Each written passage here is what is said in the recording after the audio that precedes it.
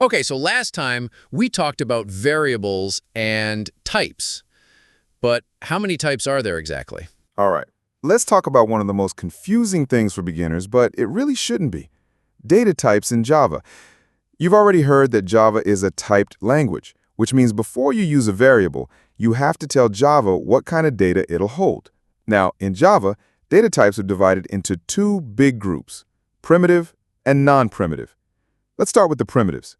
Primitive types are like the basic building blocks. They're small, fast, and they hold actual values directly in memory. Java has 8 of them, but don't worry, you only need to remember a few to start.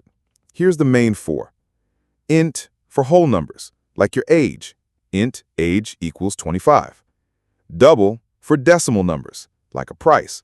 Double price equals 199.99.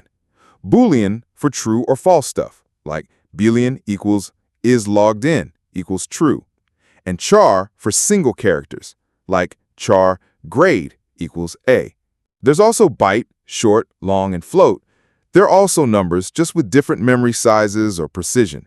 Honestly, you won't touch those much unless you're optimizing for performance or doing low-level stuff. So just those four are enough for now.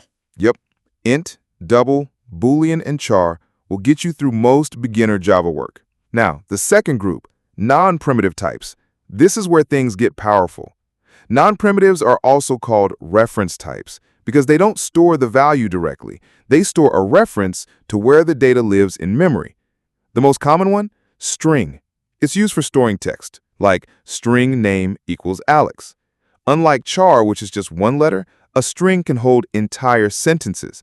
And in Java, string is actually a class, which means it comes with built-in tools and functions, like .length, .uppercase, .contains, all the cool stuff.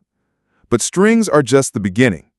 Non-primitive types also include arrays, classes, objects, interfaces, and anything you create using new. That's why they're powerful, because you can design your own complex types. So basically, primitive equals simple stuff, non-primitive equals everything else. Exactly. You use primitive types when you want speed and simplicity. You use non-primitive types when you want structure, features, and flexibility. And here's a tip. If you're ever unsure what type to use, ask yourself, is this just a value or is it a piece of something bigger? That usually tells you what kind of data type you're working with. Makes sense now. Should have just asked you earlier. Yeah, but now you really get